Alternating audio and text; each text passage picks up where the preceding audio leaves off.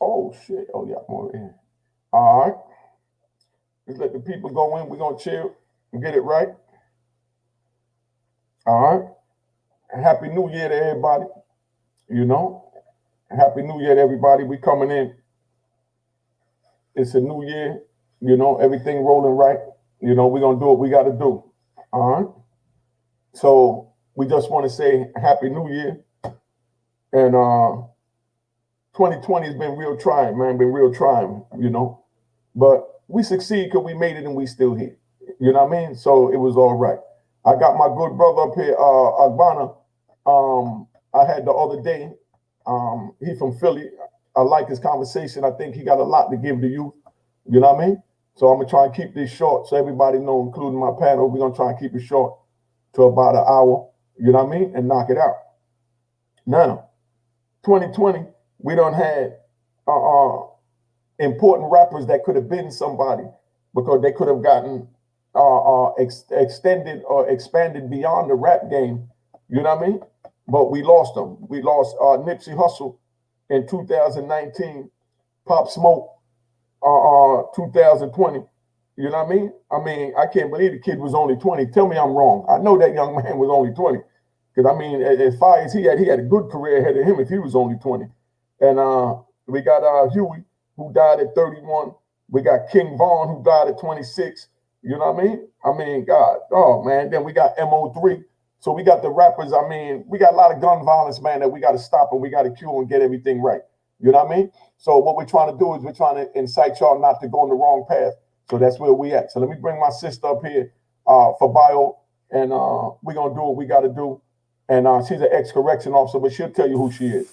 All right, what's up, sis? Hi, hello everyone. Thanks for Mm-hmm. having me. First and foremost, Mm-hmm. my name is Fabeo Watkins. I'm from Harlem, retired correction officer. I worked for the department for 23 years. Mm-hmm. Prior to that, I worked group homes and things of that nature. Mm-hmm. So, Okay. Okay. All right. Well, let me bring my brother Haas up. Where big brother Haas at? Nah, we're gonna wait for it. We're gonna bring Harlem for real. Then we not bring Haas. Let's bring Haas up. You know what I mean? So Harlem see how Haas come up, so he can come up with a little, Haas flavor. All right. All right, What's all up, big right, boy? all right. Uh huh. All right, Happy New Year's, everybody. You know what I'm saying?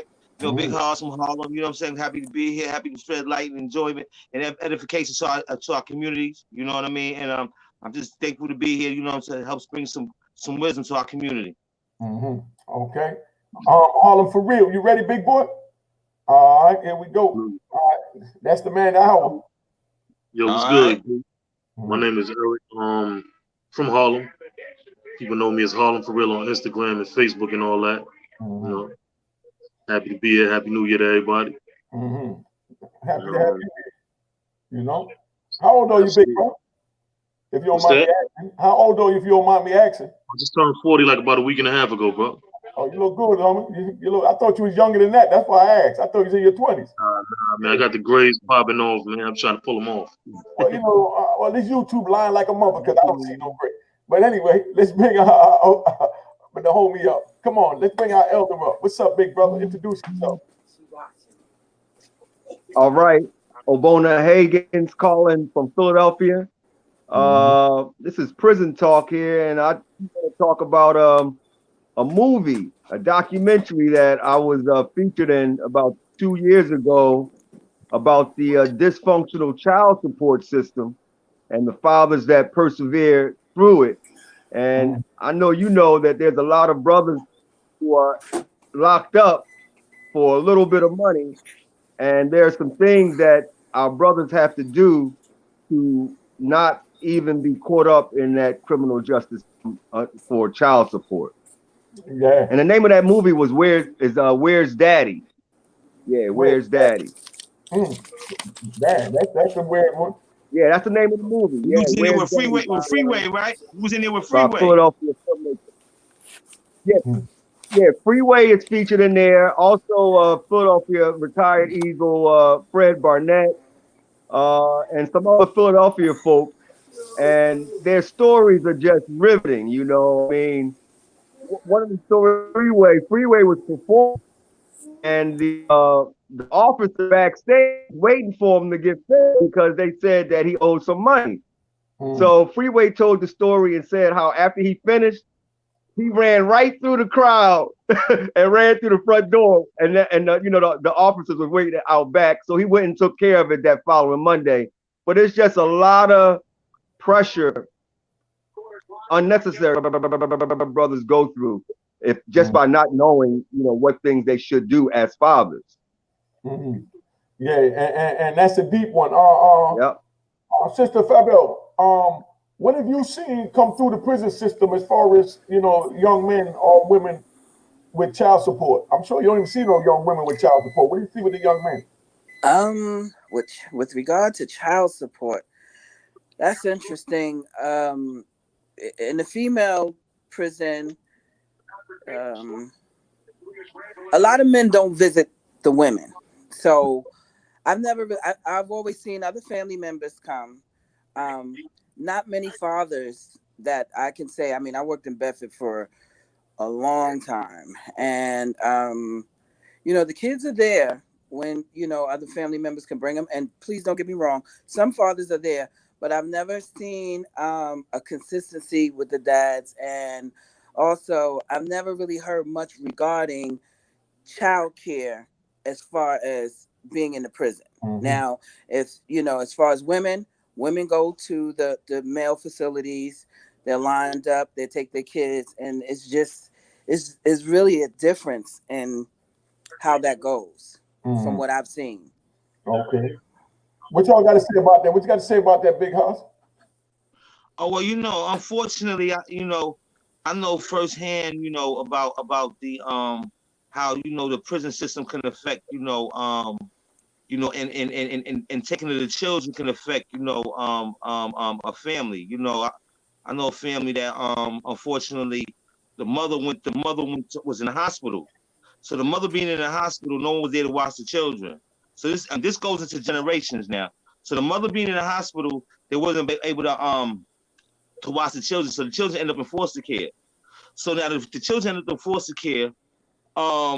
These one girl and two boys. You know what I mean? So they end up one ended up being a drug addict, one ended up being a homosexual, and actually the girl actually ended up being the gangster. So what ends up happening now is the girl. Now this is the next generation. The girl ends up being a bank robber and ends up in Bedford. Now her kids got to watch her grow up in Bedford. You know what I mean? Go to see her mother in Bedford as they grow up. You know what I mean? Now, unfortunately, the situation is that now this all stemmed from from the generation prior being in foster care. So the generation prior was in foster care, and you know what I'm saying. Next thing you know, the next generation, ends up seeing their mother in Bedford Hills for the simple fact that the lack of supervision and lack of parental situation because the mother had an operation. So so this when things happen in someone's family, it could be a continuing cycle that tears that family off into to generational situations where where we don't understand that the system was really the culprit. What you think about that, Agbana? Big O. Well, in regards to, yes, can you hear me? Yes, sir. Can you hear me? Yes.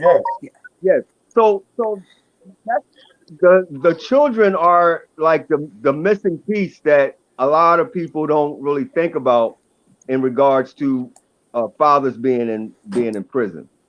So, and many fathers try to parent from prison, but it's just difficult to do that.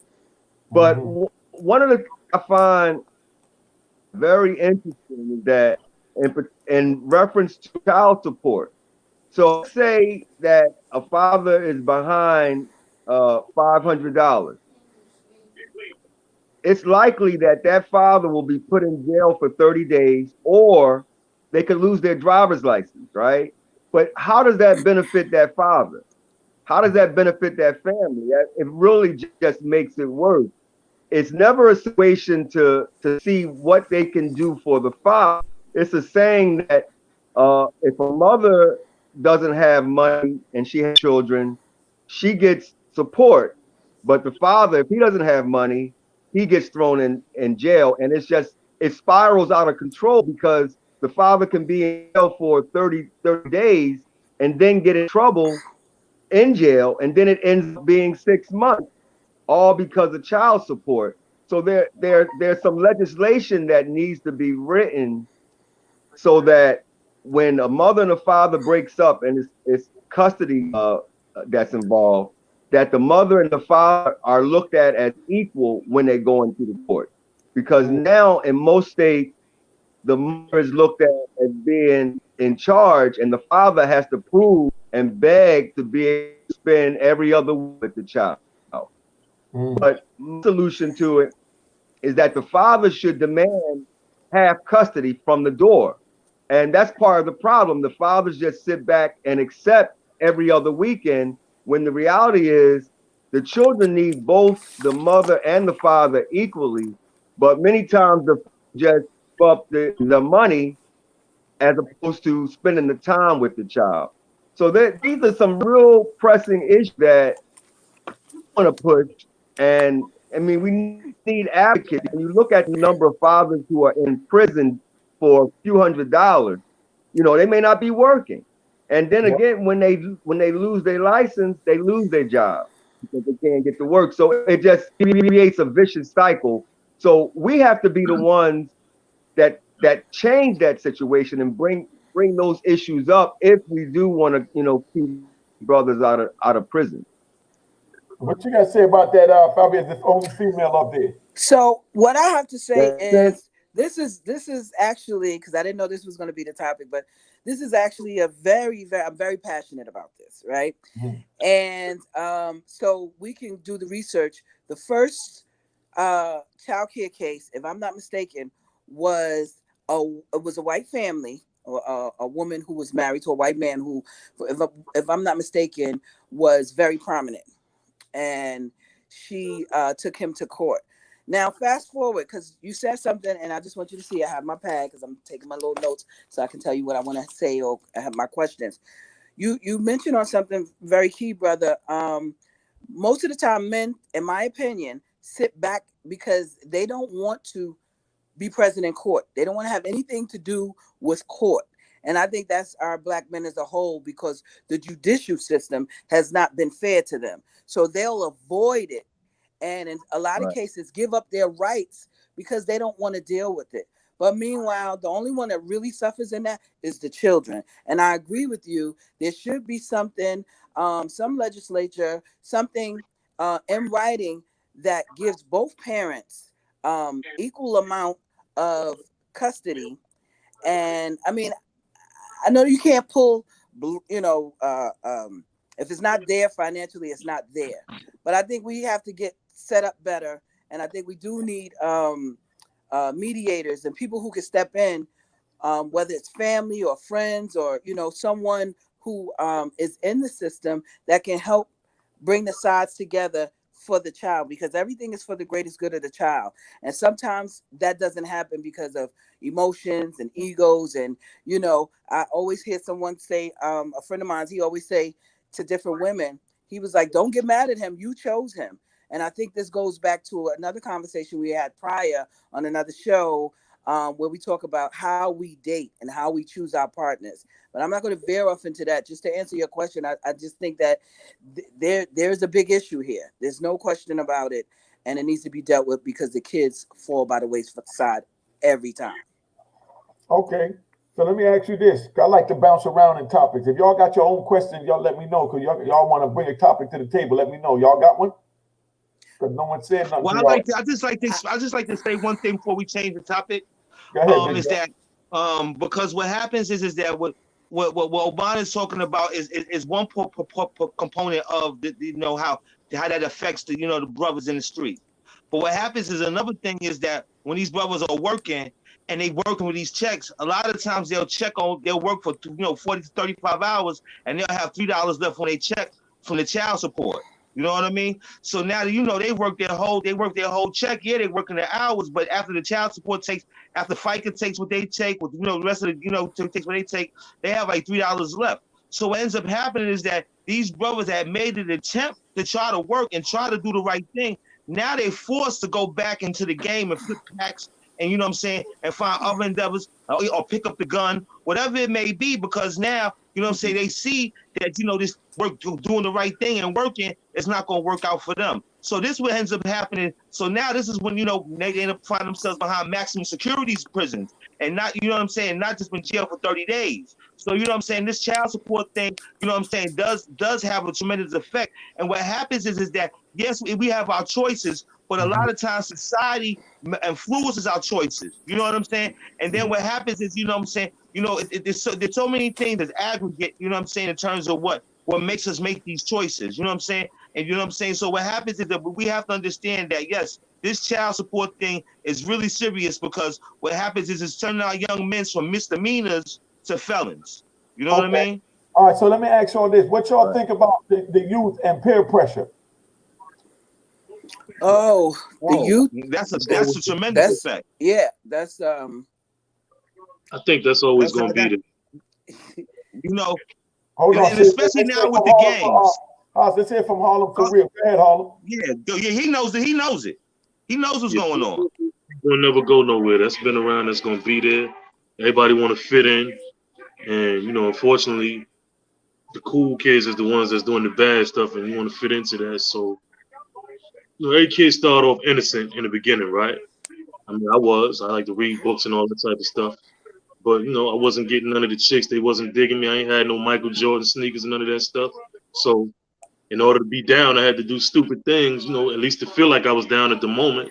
Which, as you get older, you realize stupidity didn't really mean nothing. But for the kids, it's always going to be there,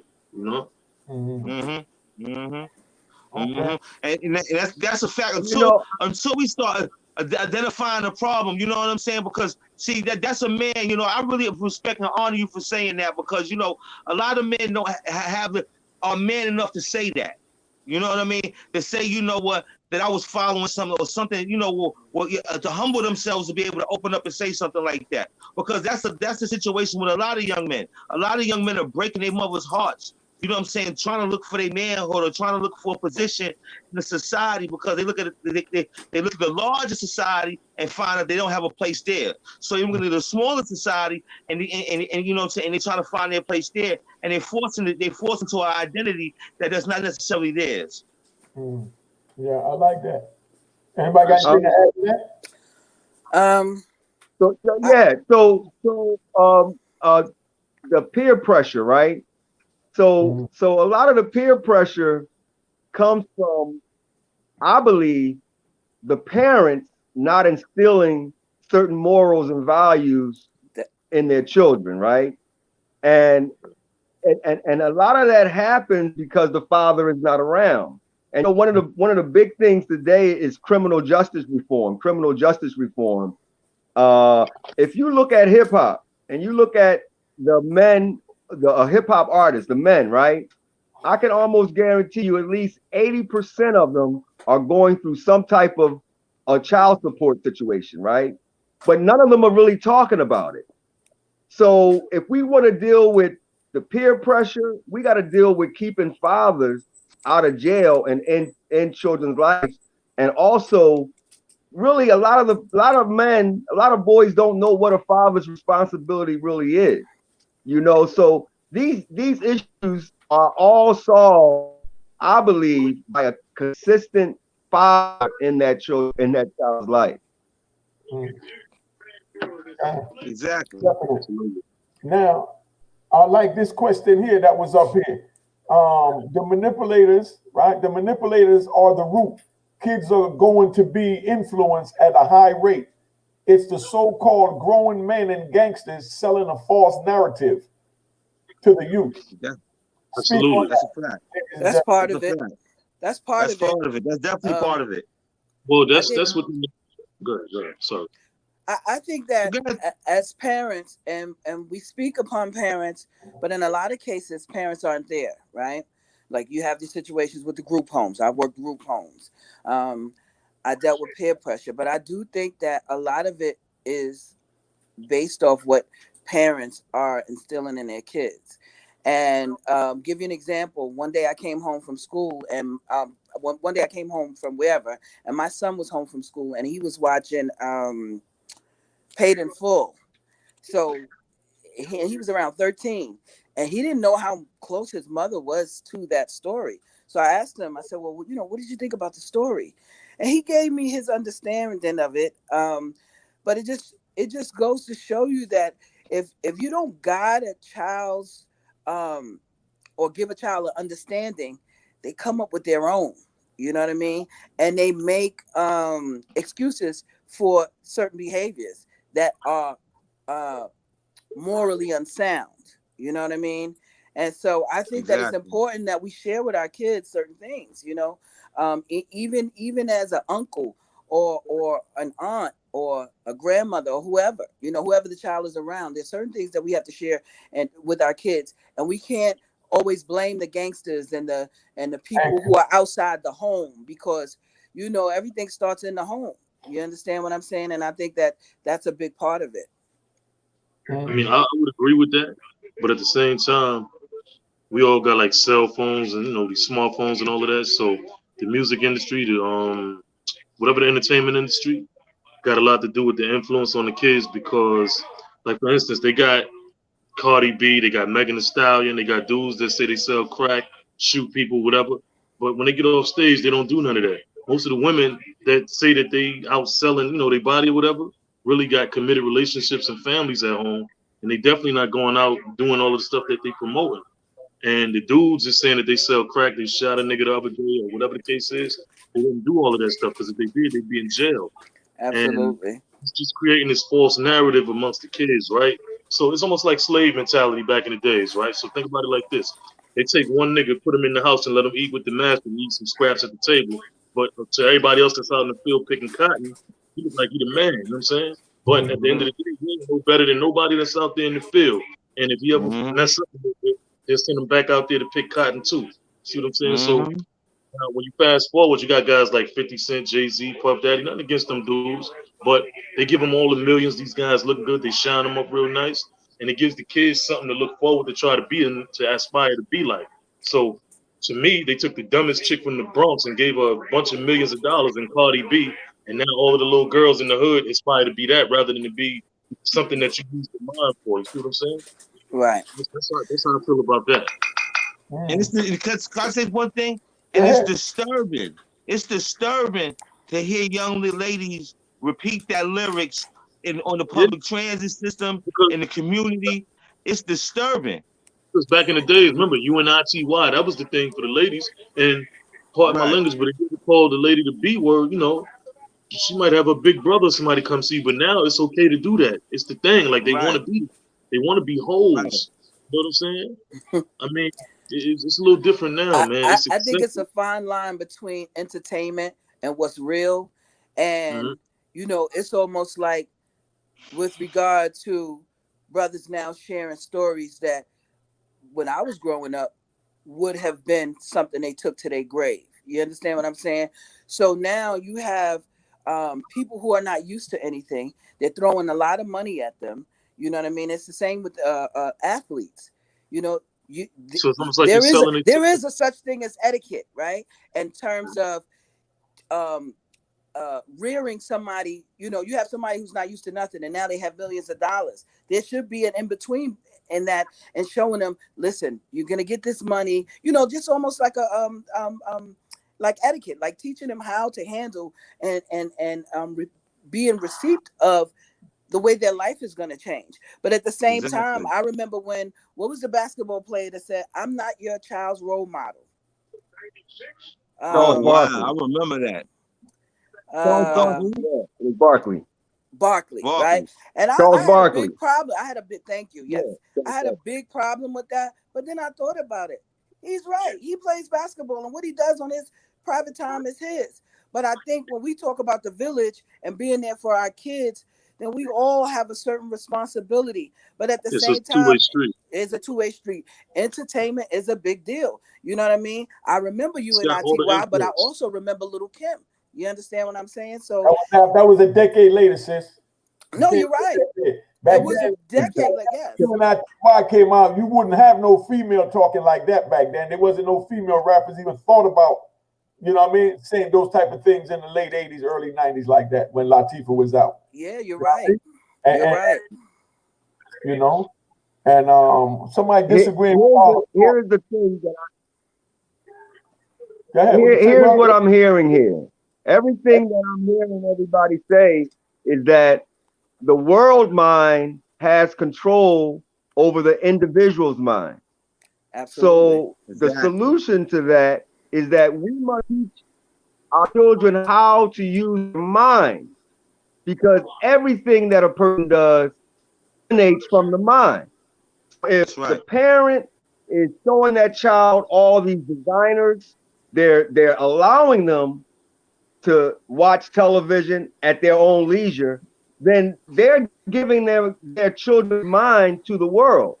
So we gotta snatch these minds back, and that's nothing in the community is going to change until each individual decides in their mind that they're going to do good, that they're going to be godly, that they're going to use their good self and not their bad self. So that's right. all this violence that everybody's talking about stopping, it's not going to stop. It's never going to stop, because when you keep introducing that word, those words have power. The more you say that V word, the more that V word is going to come. So for me, I promote peace. I don't even introduce. My father was murdered when I was 2. He was murdered when I was 2 in these streets of Philly. But it was the mind of my father that wasn't right, in my opinion. You know, he was out. Somebody almost hit him with a car. He screams down the street. The car was already gone. Why? Maybe an ego. So we got to be able to control our mind, and everything else. But see, that's one thing, right? Now, when I was growing up, I remember if they didn't want you to, but the adults didn't want the you to see certain things.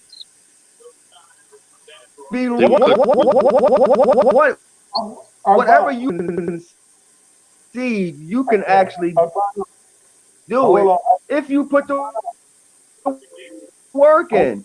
But we're not instilling that in our children. You have a better chance of being a rocket scientist than hitting that lottery. Akbana, hey, Akbana, go back out and come back in real quick, because your joint is messing up, all right? Did I break up? Yeah, go back in and come back out, all right? Now, this is what I would like to say real quick. Listen, everything starts from in the house. We know that. You know what I mean? And the thing is, once our kids go out the house, they're no longer in our supervision. So they're going to see what the world has to offer. You know what I mean? So if we're living Let me finish, big bro. I can't hear you. Go ahead. If we're living in the projects and we let our child go outside in the projects and he's seen project living, that's what he's going to process. And then he's going to come up with a method of survival for that environment from what you have instilled in him within the house. You understand what I'm saying? So everything you taught him, now he's going to put it into action the way he interpreted it. So you don't ask your kid, y'all all laugh at me because I say, nah, I mean, 100 times. But if you don't ask your kid, nah, I mean, you won't know if he understand what you mean. You know what I mean? Right. You got to make sure that whoever you're talking to know what you mean. Know what I mean? Absolutely. We live in a time with these smartphones, like I said before. How can you stop it? Because everybody got a phone. So with these phones, you could dial up anything that you think of. Yeah, but that's the point. That's the point. So look, back in the days, they used to be able to cut the TV off and all of that stuff, and that was just it. Like, and it would keep it away from you. But now with these phones, you can't monitor that stuff. You can't monitor it. Hold on. But listen, like you said, that's a smartphone. Right. So it got a lot of smart information up there if you want it, or if you know how to tell your child to seek it out. Right. You know what I mean? If you don't tell your child what to seek out, he's gonna figure it out on his own by what his peers and his community is seeking out. Right. So if you sit your child down and you show them that, man, they got some good joints on here on science, you can really learn how to do that. You don't need to be in school to make a, you know what I mean, a volcano. We could do that here at the house. Let's Google how to make a volcano. You know what I mean? Let's Google how to build a bicycle, a 10-speed bike. You want a bike? Okay, so we're gonna go buy you a bike, but you're gonna put it together, and me and you gonna read the directions. You know what I mean? I agree, but I just feel like it's always it's a double-edged blade, because once they get around well, we living in a digital area. No, it is a double-edged blade, but I'm saying we have to take responsibility. Absolutely. Like right now, Absolutely, I agree with that. Because look. I know what they want here. We got lower views here now because there's not many people that want the positive.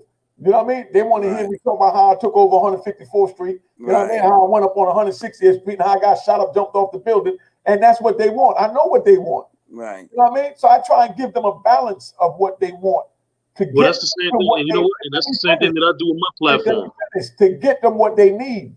You know what I mean? So it's just one step at a time. And it's either do I want these 5,000 views I got on the video I dropped last night from talking about how I took over 54th Street.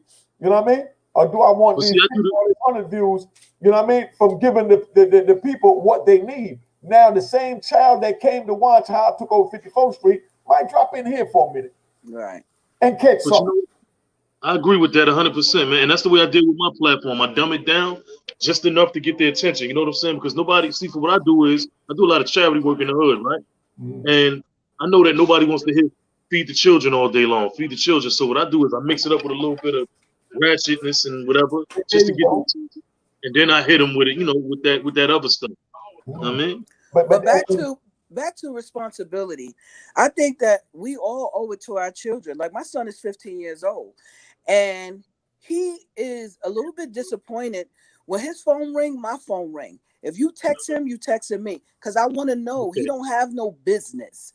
You understand? That's not my business. I want to know what he's doing, because I know what I was doing at 15, and I know what my peers were doing at 15. You know what I mean? So being a retired correction officer, I'm keeping a handle on that. Oh, yeah, I know what I was doing. And it wasn't as bad as you think, but I know what I was doing. You know what I mean? I didn't. It was the accusation in your voice. So that's why I said that. But that's the point I'm making. I know what he's doing. And if you call him, you calling me. And he hates that. When his friends text him, I give him a little leeway, but not too much, because I want to know what's going on. And I'm very nosy, and I have time. I'm retired. And so I think that in that terms of responsibility, we have to do that. We have to know what our kids are doing. Okay, so what are you giving him to do in the space of not doing the things that you want him to not do? Well, I give him books to read. He was getting a little bored, since we are in this pandemic. The books that I was giving him to read, like Sounder and things that I wanted him to read. I mean, I just want him to build his fluency, right? But he can read Henry. You know what I mean? Listen. My son is very well versed. There's no doubt about it. Hey, tell him to read about the hood. Oh, he's going to read about the hood. His godfather wrote many books. He's aware of it, but I want to keep a cap on it, because I don't want him coming to his own conclusion, right? And the books that I give him to read, like right now, he's reading the 48 Laws of Power, but he's so bored with reading that I have him on audio, because he would rather listen to it than read it. I just want him to read, even if he's reading the daily news, I want him to read to build his fluency and his comprehension. He thinks that it's just about me trying to tell him what happened prior to him being born. That's only part of it. But what I give him is he likes to rap. You know what I mean? I give him space to tell me what it is that you like. If there's something you like, then I want to hone in on that. You a rapper? Well, I want to know what you want to rap about. And he's telling me, Ma, the only thing that's really getting likes is when I talk about negative stuff. I was like, well, you don't have to talk about negative stuff. There's other things that you can talk about. But that's where we come in terms of what it is we want to hear.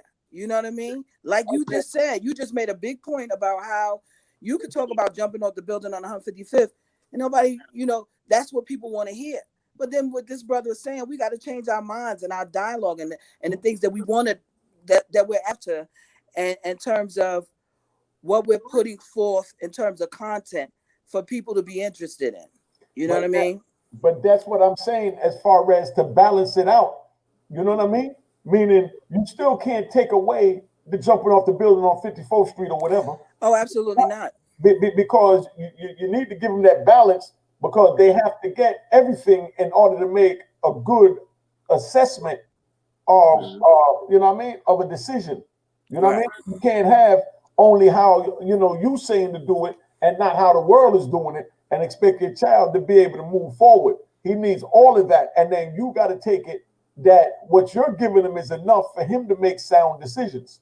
Right. I agree. Totally. You understand what I'm saying? I totally agree. I totally agree. Listen, I'm gonna give you an example of something that I do, Hold right? on. Here goes Okay. a book right here. I would recommend you give him to read. This is my lawyer that got me out of prison after 26 years. She a young lady. You know what I mean? She like 38, whatever. But she was only like 8 years old when I got locked up, and she wound up growing up to free me from prison after 26 Wow. years. Her mother was on crack, was into crack and everything else down in Texas. And from her going through the struggles of watching her mother because of the negative choices her mother made, that she wanted to make positive choices, you know what I mean? That it led her to law school, that gave her passion towards working to get us out. She got out over like 30 men with natural life sentence in prison. I wasn't the only one that got out. Wow. You know what I mean? That's her name, Brittany Barnett. Trust me. Tell your son to read this book. I will. I will buy that for him. Because this is a female heroine right here. Okay. You understand what I'm saying? Absolutely. So, I mean, and you could even there's a lot of good books you get them to read. Kevin Child's book, you know what I mean? The Crack Era. Hold up, House, I get you. You know what I mean? Miss T. Harlem Heroin. With my little homie. I got all of that. My man Black. You know what I mean? This my man County wrote the book. You know what I mean? That's who is by. I don't know how all that go. But I ain't promoting it. I'm just giving you books that I know. I understand. To take your mind to different places. Right. You understand what I'm saying? Then of course you already know about Aurora and Harlem. Absolutely. But when you read these books that we're writing, we didn't write them to glorify what happened. They all have a message within it, but it's what you take out of it, and it's how you help your to comprehend it. You understand what I'm saying? Right. I mean, that's where it's at, man. But so where you at, House? You was gonna say something, big bro? Since we holding the books tonight, this is a very important book that we all need to read, and it's called. Right there. I can see the title. I can't see Wives, it. right? What is it called? Wives. It's called Wives Without Husbands. Oh, Wives Without Husbands. Okay. Okay. That sounds like trouble there. That sounds like too much independence. No. What happens is this is really a book that's gonna give us the solution. I really want y'all to take a look at the cover of it. Who's that by? Right? It's by Anna Aura Igra. And it's about welfare. It's about welfare, desertion.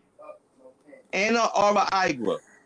And it's about welfare, desertion, and families in New York City.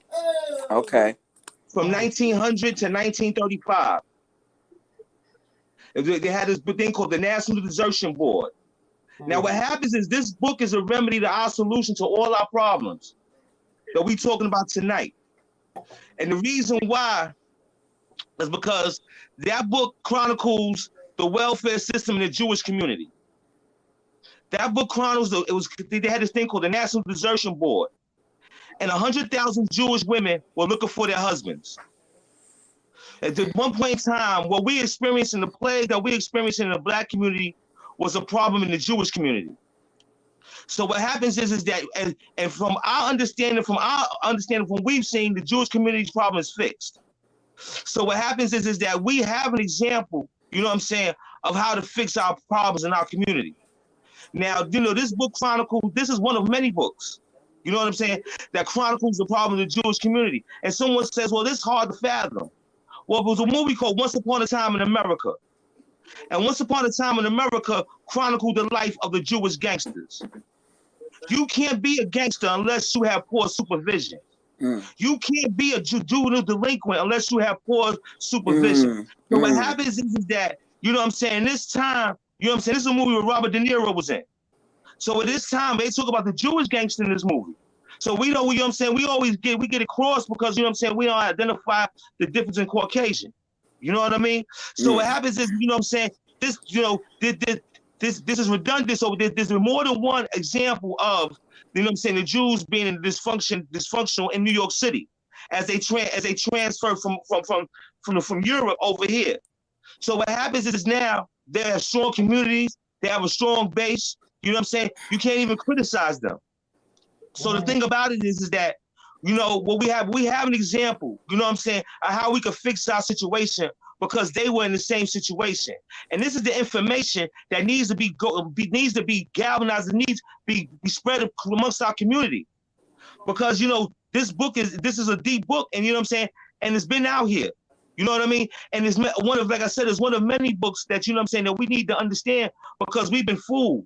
You know what I'm saying? We've been fooled to believe that we are the beings that we are now, that we don't come from greatness. You know what I'm saying? And we've been fooled to believe that money is going to alleviate our poverty.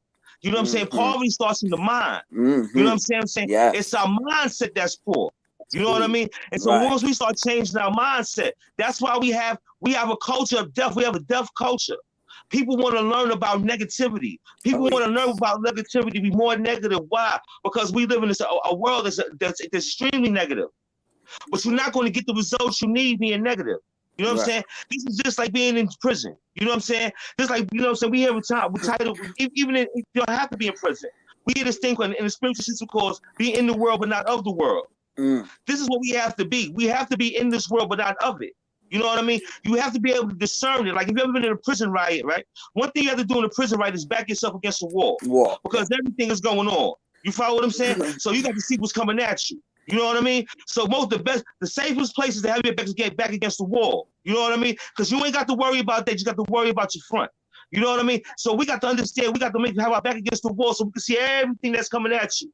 You know what I mean? Because when you see everything that's coming at you, then you can be prepared. But we're not prepared because, you know what I'm saying, we going things willy-nilly about it, and we're not serious about anything.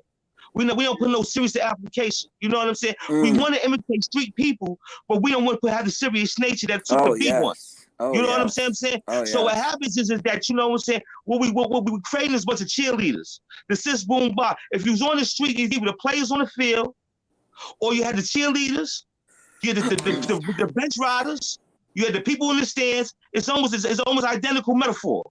So you know what I'm saying? What we have to do is start educating our people. You know what I'm saying? Because there's no winning in the streets. It's nothing but pain and suffering. You're gonna suffer one way or the other. Either you're gonna suffer or your children will suffer. You know what I mean? So the thing about it is that, you know what, I'm thankful for Brother Unique for creating a platform, because like you said, you know what I'm saying? The insightful video he made about get to go all these views. But the truth, no one wants to hear the truth. Of course. It's just like Plato's allegory in the cave. You know what I'm saying? Plato's allegory in the cave. All they had to do was come to the cave with freedom, where the light was at, where freedom was at. But they didn't want to go there. You know what I'm saying? The light blinded them. They didn't want to use the light. So what happens is that, you know what? Unique is Plato bringing us to the light. And you know what I'm saying? God bless Unique, and God bless this platform, because you know what I'm saying? Our community needed him desperately. We waited 26 years for this brother to come bring us some light. Well, so amen. I appreciate that. Absolutely. Yeah, because like I said, if they sit down to just watch it, you know what I mean? They're gonna get something from it, because everything that come out of our mouth has been jewels. You know what I mean? Amen. And Hassan said, and the young lady up there both spoke on, as far as, you know, rapping about it, or you know, but not being about it. That's what I want to understand. You said your young son rap. He can rap about the gangster life, but you have to explain to him about the real life. Oh yes. You know what I mean? Or Oh yes. Him to rap about it, because he knows the difference, and he knows that he's just performing, entertaining. And it's entertainment. Exactly. You understand exactly. what I'm saying? But when these kids get into rapping about, like, I know Tupac from growing up. You know what I mean? You know, he used to come to the club, come down to the Mecca. You know, that's my era. You know, Tupac got caught up in not being able to differentiate the two worlds. You understand? And knowing that we gangsters for real. And you're Exactly. you know what I mean? You're writing about being a gangster. You understand? Right. So you right there on the front line with the gangsters, but we're not putting you in harm's way. So don't put yourself in harm's way. Mm. Trying to be who we're forced to be. That's right. That same thing happened to Mace. I mean, it was my choice, you know what I mean, that I made. But I mean, a lot of the things that I did was for survival. It wasn't you know, a moralistic choice. I didn't make moralistic choices back then. You know what I mean? To be in that world, you had to make survival choices. You know what I'm saying?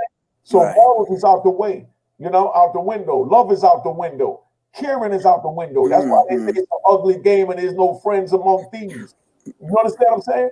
But there's honor amongst men. That's right. Always be honor amongst men. That's right. And there'll still be a thief. That's right. That's right. But if they honor what they're doing and the people that they're dealing with and who they are, you know what I'm saying? Meaning I don't rob houses, I don't stick up, I don't get it all. You know what I mean? I was a twisted delinquent. You know what I'm saying? But I know now what I was doing. Back then, I thought what I was doing was right because I made a profit. Right. You understand? End the story. I made a profit. I'm good. I'm eating. You know what I mean? I'm going down to Jew Man's over in the Bronx, and I'm going down to the Lancers. AJ Lester's, and that's right. KB Khan. You know, I'm doing me. You know, OJ's is a touch of class. It's like a old school classic with the velvet seats and the big music in the back and the gooseneck and tennis. That's right. Right. $30 an hour. $30 an hour. Go wherever you want to go. On the OJ's. You know what I mean? But I say that to say that a lot of the choices that I've made, you know what I mean? A lot of them, I didn't want to make them, but I knew I had to make them. You know what I mean? Because if I didn't, someone would have made them on me. You know what I mean? So go ahead, Big House. Well, you know, I just wanted to expand what you said about Tupac, because that's the same thing that happened to Mace. He wasn't able to differentiate, you know, entertainment from the streets. You know what I mean? And so, you know what I'm saying? And you know what? And that's why he ended up in the situation he ended up in. You know what I mean? Because entertainment is entertainment. You follow what I'm saying? And although, you know, people like to wear glamorous things and purchase glamorous stuff, you know what I'm saying? You know, what happens is the entertainers get those two worlds confused. You know what I mean? So, you know what I'm saying? It happens continuously. You know what I'm saying? You know, talk about what happened with Tupac, and the same thing happened with Mace. So, you know what I'm saying? What happens is that that's one of the reasons why we here to think today to get that straight. You know what I mean? Because you know what? Because you know what I'm saying? Entertainment is entertainment, and this is this over here. You know what I mean? And when you come over here, be prepared for what happens over here. You know what I mean? And it's not, you can't go run back to mommy. That's what Fabayo here about, because she done seen the other side, and you got to be prepared. If you're going to be in this game, you got to be prepared for that other side. You know what I mean? It's not talking about you want to cooperate now, you want to do this, that, and the other. You have to be prepared. This is what you signed up for. That's right. You signed up for this. Yeah. You got involved. Grown man business. I mean? So you got to wear it. That's right. You got to wear it. You know what I'm saying? Just like you got to wear anything else you sign up for. If you sign up to be a plumber, you got to wear the plumber. You know what I'm saying? If you sign up to be an electrician, then you got to wear that. You know what I mean? You sign up. Let's get in there and cut a deal, though. A lot of niggas get in there and cut a soft deal. Absolutely. Yeah, but I mean, that's because a lot of them. Yo, listen, hold on. If they ever bought that show, The First 48 to Harlem, you see a lot of real things on there. Yeah. Oh, I'm sure. I'm sure. Hey, dude, they watched that first 48 in the joint like crack, son. I tell you, I can't take it. If they ever bought it to Harlem, it'd be a problem. Yo, you know what? That's why I didn't even like that movie back in the day. I didn't give it a chance, but everybody watched it. That New York Undercover. Because I used to watch that. 20 minutes after the hour, somebody was in the interrogation room telling on somebody. Absolutely. 20 minutes after the hour, you know what's crazy? I used to watch because I was homesick. I ain't gonna lie, I used to watch because I was homesick, but I hated the cops. But I used to just want to see it because they used to show Harlem. So I used to let me see Harlem, you know what I'm saying, for a minute. And that's why I used to go back in my cell and write my book, because I used to be like, you know what? Now at least I seen it for a minute. You know what I mean? It's always amazing as an officer to watch what inmates watch. Like I would be in my mind, my psyche, I'm like, you got arrested, you're in jail, and you're watching other people get arrested. Like it was just always, but that's what was on the television. But you have to study the police. See, what happens when you're a criminal, you have to study your enemy. That's your job. See, that's why you can't even be mad for being arrested. You got caught slipping. You follow what I'm saying? See, what happens is, even in first 48, look at they say you have the right to remain silent. They give you Miranda rights, right? And then as soon as he shut up, the nigga said, let me tell you what happened. As soon as he shut, it's almost like he shut up and it's time for him to talk. He just told him to shut up. He didn't explain to it, but that's the problem when we go back to the court system and back to that, child support thing. A lot of brothers, you know what I'm saying, they fiending intelligence. It's hard for them to exercise intelligence. And this is the truth. You know what I'm saying? It's hard for brothers to exercise intelligence. They like to exercise being cool. They like to exercise being a lot of different things, especially the later generations. But exercising intelligence, you understand what I'm saying? Right. Because let me tell you something. I grew up with gangsters like Lamar Carter. You know what I mean? And that was a gentleman's gangster. That was a gangster's gangster. Yes. You know what I'm saying? And then, you know what I'm saying? And them brothers, you know what I'm saying? God bless the dead. And he exercised intelligence. You know what I'm saying? I used to watch him. I learned a lot from him. You know what I'm saying? He exercised intelligence. And that's what we're not realizing. You follow what I'm saying? We're not realizing in anything that you do. You know what I'm saying? Marcus Garvey said intelligence rules the world. Mm-hmm. And anyone who doesn't exercise intelligence bears the burden. You follow what I'm saying? So you won't bear the burden if you don't exercise intelligence. Y'all. Big shout out to my brother D Williams, Big D. What up? Make sure you cop his new album. You know what I mean? All right. Section A of your new album, D. That joint banging. I like that video that we was watching the other day. But look, what y'all got to understand, man, is that Peso had said something real powerful. With that statement Peso made right here. See, the entertainment world has reversed where the rappers became the local news and they tell us what goes on in the hood through the music, but through their mentality.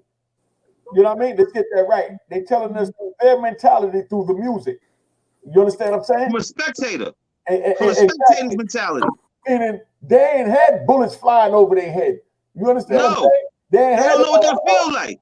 A dude take the pack and don't want to pay. And you got to pay your bills. Now you got to decide what to do to him. They're telling you that he ain't going to give you your money because he got all these top stories. You understand what I'm saying? So, you know, you can rap about it all day, but if you haven't lived it, you can't fully understand it to express it, to make it understood so that it's a message within it. Ain't nothing wrong with talking about all the gangster stuff as long as you got a message. You understand what I'm saying? That's right. Because the gangster stuff exists, so you have to speak on it. So you can't act like it didn't exist. You know what I mean? Because you got to believe that the Europeans, they still tell each other, that the students about Hitler. You know what I mean? Absolutely. Mm-hmm. You know, they still tell them Zillow Way. It's like if you dirty getting to the money, why smoke your car out now? If they have to stop you, they have a probable cause. You running around dumb playing big boy games. So what he's saying? Hold on 1 second, Haas. So what is he saying? That if you smoking dirty in your car, right? Like if you dirty, you're riding dirty. Like right, exactly. No. Why smoke in your car? Yeah, I mean, like I was riding with one of my youngins the other day that I ran with when I used to do burglaries as a kid. You know what I mean? Mm-hmm. And we drive around looking for houses to rob. You know what I mean? And you know, as black people, we always had hats, whether it's baseball cap, buckets, or whatever. We always wore hats. You know what I mean? In the winter, we wear scully, so we always have something on our head, a do rag. You know what I mean? So we riding the other day, and I had my hat on, but I'm a civilian now. I'm a journalist now, so I'm not tripping. Right. I'm riding with my man. I'm in the passenger seat, and he reached over, he snatched my hat off. I said, "Damn, son, what you do that for?" He said, "You always told me never wear your hat in the car because the police gonna stereotype you and want to pull you over."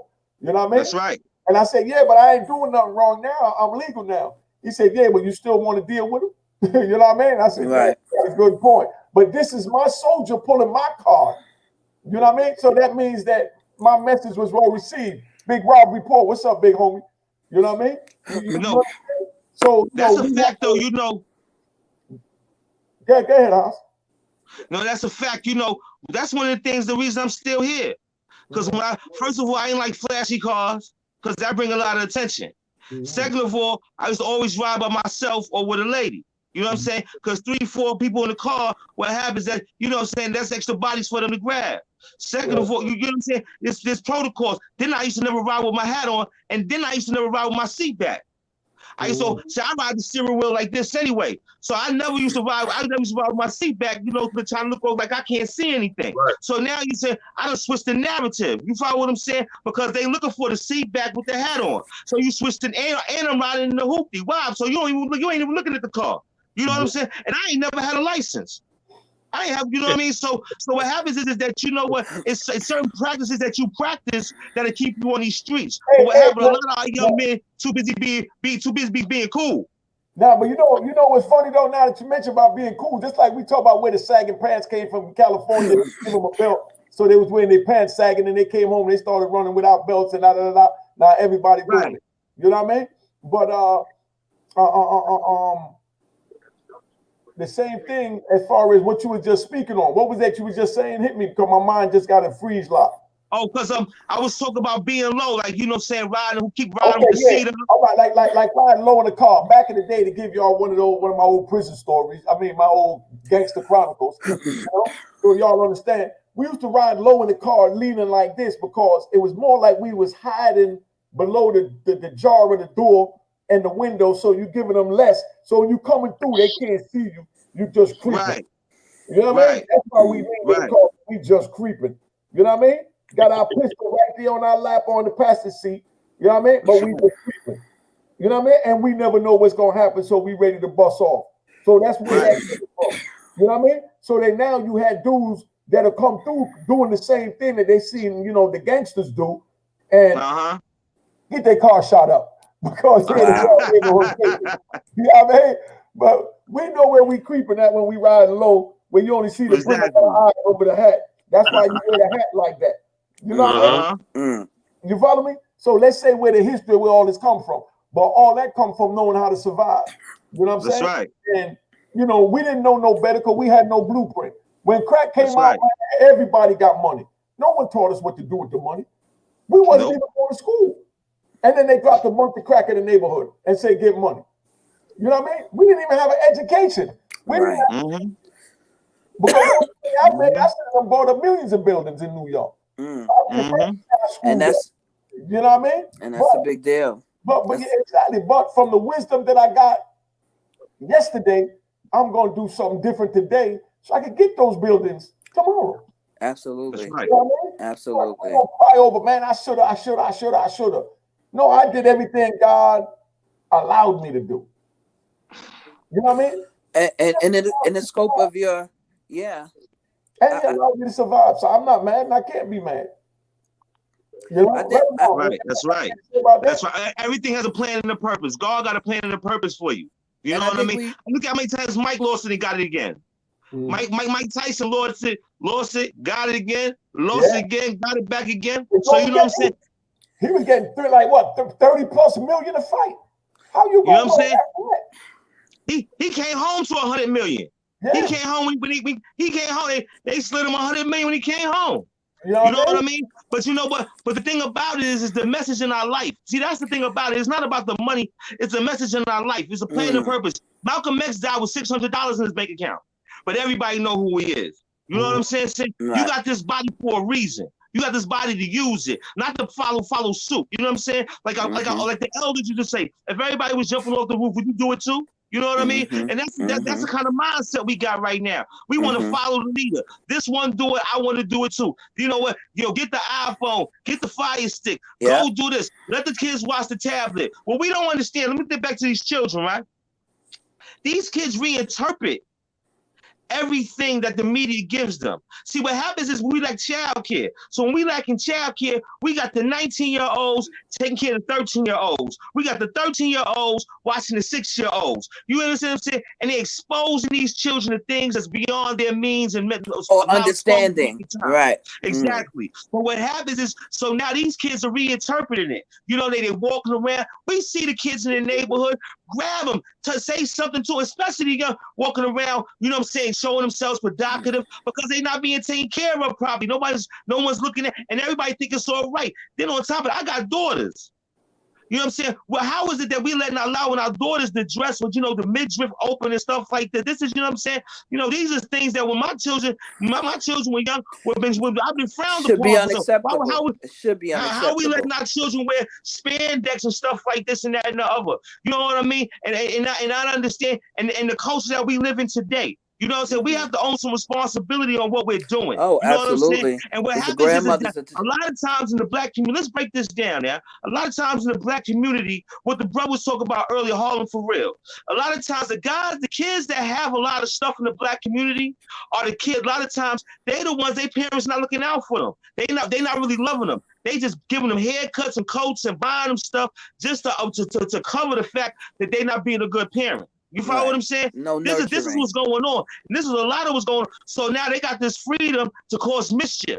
You know what I'm saying? And they look, you know what I'm saying, like somebody to be because they got on a new coat, they got on the new sneakers, they got a new haircut, and they always got something new. But what happens is they not getting nothing new put in the brain. In the mind. They're not getting their minds fed. They not getting caught believing themselves.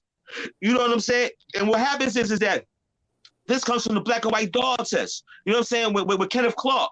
You know what I'm saying? When they did the black and white doll test, and you know what I'm saying, people preferred the black children preferred the white doll over the black doll, believing that the white was good. You know what I mean? So subconsciously, even before our children could read, you know what I'm saying, that and a young lady replicated this test on YouTube a few years ago, like in 2007, and it's the same result.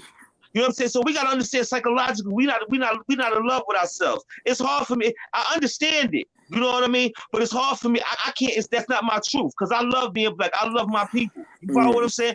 All shapes, colors, forms, whatever. Because you know what? We gotta flow. I listen to Ron G all day. You know what I'm saying? Ron G all day. They kept saying Mecca audio, unique Mecca audio. You know what I'm saying? And I forgot that's part of our culture. The blend tapes, the mix tapes. This man part of our culture. You follow what I'm saying? So what happens is that we got to take back our culture. A year ago, they was talking about culture vulture. You know what I'm saying? You know what I'm saying? We go with trending stuff. You know what I'm saying?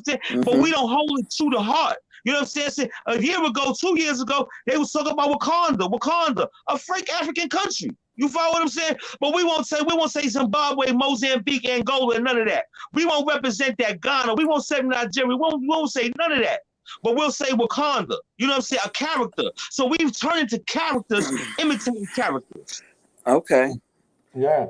But see, Tamika Moody had said it up there that, I don't know if I can find it, said that we don't know how to be parents or something like that. But that's exactly what it is, if you really want to know. Because, like I always say, there was no blueprint, man. We that's really right. didn't know. You know what I mean? Where's that? I just seen it right there. You see, they did not know how to be parents. Yo, there was no blueprint, man. There wasn't no blueprint how to be a hustler. Like I said, crack just came in the neighborhood. There was no blueprint how to be a rapper because there was no rappers from our neighborhood. There was no blueprint how to be a mogul. There was no blueprint how to run a club. It was no blueprint how to run a studio. We had to create it because all of these things is things. Well, there was none for us. Put it like that, because there was something that existed. There was none for us. No. I'm saying there wasn't none because they didn't have no rap music. They didn't have no rap label, no rap lane at the time. Okay. When I was on the street, they didn't have any gangster rap record label in New York City. Okay. Let's get it right. And let's let it be known that Def Jam was not considered as a gangster rap record label. Okay. You know what I mean? So let's stop it. We never had a gangster rap record label. That's why when Puffy came out, he named it Bad Boy to try and fit into the gangster rap thing. And that's why when Suge Knight came with Death Row, that's why it became gangster versus gangster. So Death Row was trying to show there was more gangster than this gangster. And that's the problem, that we're too busy trying to compete instead of trying to come together. Oh, yes. Exactly. And for everybody. They could have collaborated together and made billions. You know Exactly. what I mean? Right. But instead, With egos and they quick to listen to the people above say, man, forget him. You know what I mean? Why Mm-hmm. you gonna split it with your group members when you can go solo? That's You right. don't need That's you right. don't need JoJo. But he pit You niggas don't against need each That's other. right. Hey, you can do it on your own, boy. You right. know, And if you Uh-huh. came from a household Bobby, you where don't you need didn't that. have You know, Yeah. a house is not a home. A right. house costs too much. We don't need a home. We can get our own place. Mm. And then they all run off to believe these dreams that they can be their own big star because they want to be the only one on stage. And that's why Uh-huh. out of all of the boy bands and all that, urban boy bands from back in the day that I respect, is them boys the men. Mm. You know what I mean? Right. They always stay Right. together. That one That's boy right. can't do nothing but sound with that face. Ooh. And they keep him in there. He still getting Then they got a deep voice. Don't do nothing. Now doing this and broke up. Everybody done ran in and out of doing this, and they had 4 or 5 different new members. But boys to Right. men, the only ones that stayed and went together. You know what I mean? That's Because right. don't forget what Bill, You and I see DeVoe, why. 100 different groups trying to figure out how to eat. You understand? Instead of That's just right. staying together. That's You know what I right. mean? Stick the Look at course. all of these. That's how they all mess up. You understand what I'm saying? I mean, Mhm. it is what it is, man. So, you know, I watched all this from the beginning. I watched, like I said, when there was no gangster rap record label over here on the East Coast. You know That's what I mean? right. I remember when Tim Dog made F Compton. You know what I Oh mean? yeah, I Yeah. And remember F Compton. Yeah. You know what I mean? Tim Dog. Man. That was my Yep. Matter of You fact, know the what I mean? first gangster rap was AZ in them. That Yeah, gangster shit. That gangster exactly. rather. Man, You and know the what I mean? whole Harlem played that. That was Exactly. Harlem's No, national anthem. and to me, I think that's one of the best underground albums of all time. Someone else said Yes, that. mob Mhm. style. Yes, That see, mob yes, style indeed. song was fire. You can't take Yes. none of that away. You know? Yeah, Right. exactly. That But album, the second album, the DL, all that, man. Listen, man. 8 p.m. Black or Black BM. Across 112th Street, rocking the old funky beats. Who's in it? The windows are tinted. you know what I mean?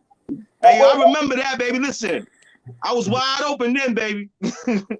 Yo, like what a whip up say, put a cap in you, go to your way, put a cap in you, go to your wake, and then I kiss you.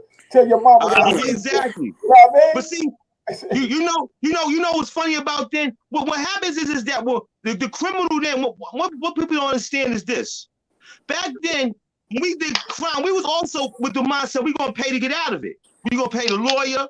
We gonna pay we gonna pay whoever we got to pay to get out of it. You follow what I'm saying? So what happens is that not only did you have the Benz, the tricked out Benz, you had the tricked out lawyer too. You follow what I'm saying? And depending on your level in the game, depending on what kind of lawyer you had. You follow what I'm saying? But that was something that you had to have. You had to brag that you had a lawyer or retainer. You follow what I'm saying? That was something to brag about. You follow what I'm saying? Yo, listen, man. You follow what I'm saying?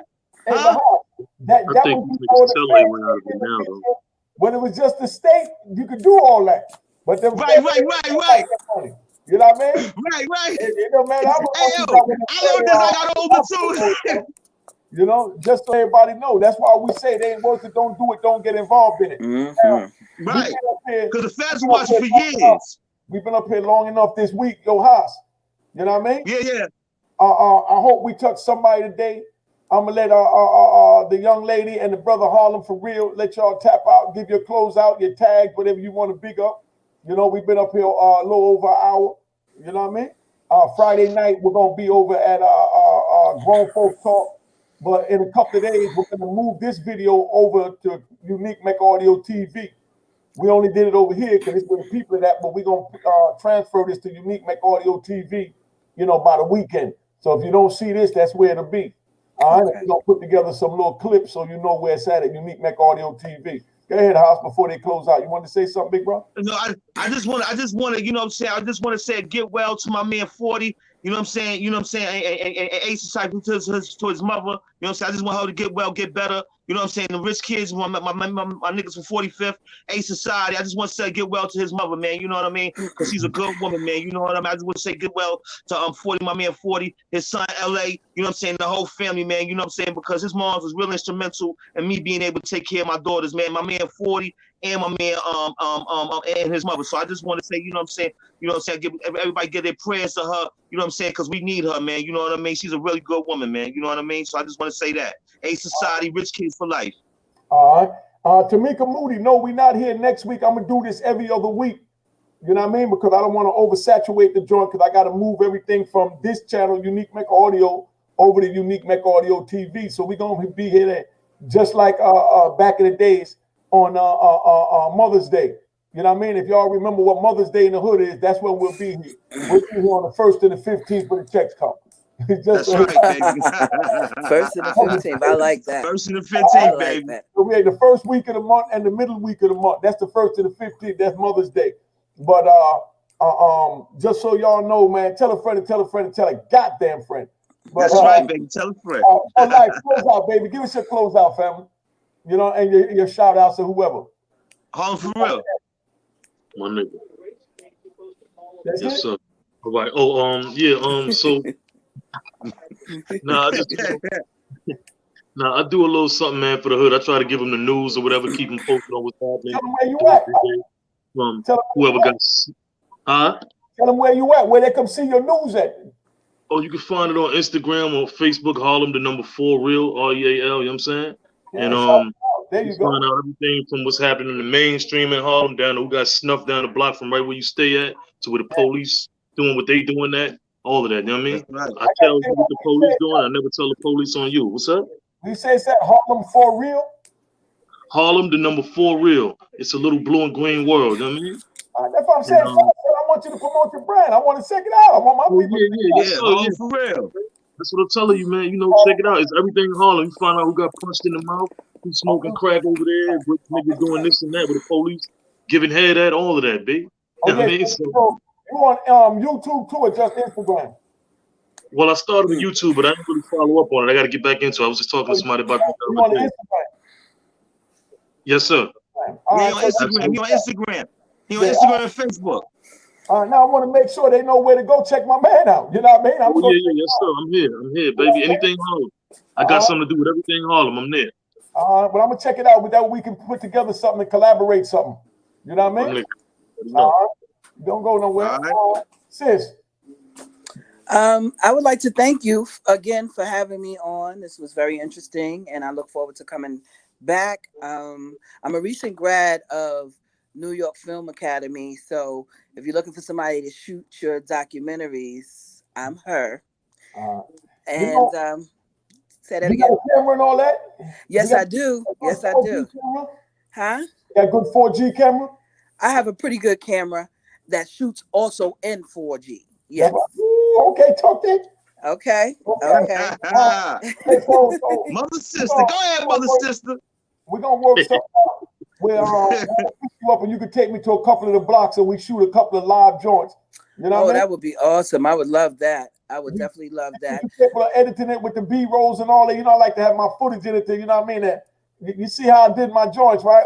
Oh yes, I'm impressed. Very much impressed. Yes. And I also have a documentary that I did. It's called The Talk, and it is a very, very powerful piece. Haas actually is in it, and it's about me having the talk with my son if he's ever stopped or detained by the police, how I want him to respond to make it through the encounter. Powerful, so powerful information. Yeah, it's a real powerful piece. So powerful piece. Yes. And I look forward to coming back, and you can follow me at Bayo Banks the Billionaire. We have to speak these things into existence. And that's where you can see that? No, as a matter of fact, it's actually about to be in Charlotte, in Charlotte's Film Festival. So because of that, it's not on any other outlets until it airs there. And then but I'm going to send you a link so that you can actually see it, because I think it's something you'll enjoy, and ultimately down the line is something that we could share with everyone. Matter of fact, my sister said she got your number. I'm gonna call you after this, and we're gonna set something up where I can pick you up. I need to shoot a couple of joints, you know, tell a couple of my little war stories. You know what I mean? Absolutely, I'd love to. Absolutely, no question. I don't want to scare you off or nothing when I tell you. No, you can't scare me. I'm from Harlem. I'm from Lincoln. You can't scare me. All right. I've All done right. just, 132. about as Mad much time. ass. I've done just about as much time you did in jail. So we but you didn't have to eat Jack Mac every night. That's true. Location 132. That's true. Thanks, Okay, guys, for having me. I appreciate it. Thank you. And Happy New Year. Nice meeting you all. Happy New Year. Happy New Year, everybody. God bless. All right, Harlem. I'm gonna see you, homie. Good looking, family. I'm gonna hit you up. All right. You too, sis. I'm gonna hit you in a few minutes, and we try and put something together when you're available. I need to shoot something like real quick. Okay. Okay. All right. So Sunday we got brunch, right? Yeah. Sunday brunch. Yeah. Next Sunday. Grown folks talk. Yeah. Not this Sunday, a matter of fact, because the following week, so everybody understand that. But Friday we got the grown folks talk, and then we're gonna take off a week. You know what I mean? And we're gonna get these editors to start chopping these videos up, and I'm gonna start shooting some more prison stories and jump this thing off. The end of the year been a little, spooky for me dealing with this Christmas and Thanksgiving thing that I ain't used to. But it's done, so I could breathe again. But all right. So give you a shout out before we go, baby boy. I just want to give a shout out. I just want to give a shout out to my Bushwick family, to my Brownsville family, to all my peoples in South Jamaica, Queens. I just want to give a shout out to all my people in the South Bronx, Mitchells, Melrose, Batanzas, all my peoples all around town, Philly, everybody, New York City. You know what I'm saying? Y'all can follow me, Hassan Hagans on Instagram, Hassan Hagans on Facebook. You know what I'm saying? We spread a peace, love, and joy, and understanding, baby. Hey, all right. Let me find out that you got the what the heck is that? Like you got the old school, you in the club, giving your shout outs in the club. You shout out Pookie Duke on 14th Street, shoot over there on 18th Street. You know what I mean? Come on, y'all. Hey, I told you I was listening to Ron G all day. You know what I mean? So I guess I channeled the energy. Yeah. You know what I mean? All right. Well, All right, yo, House. All right, baby. See you Friday night, baby. All right. All right, baby. All right.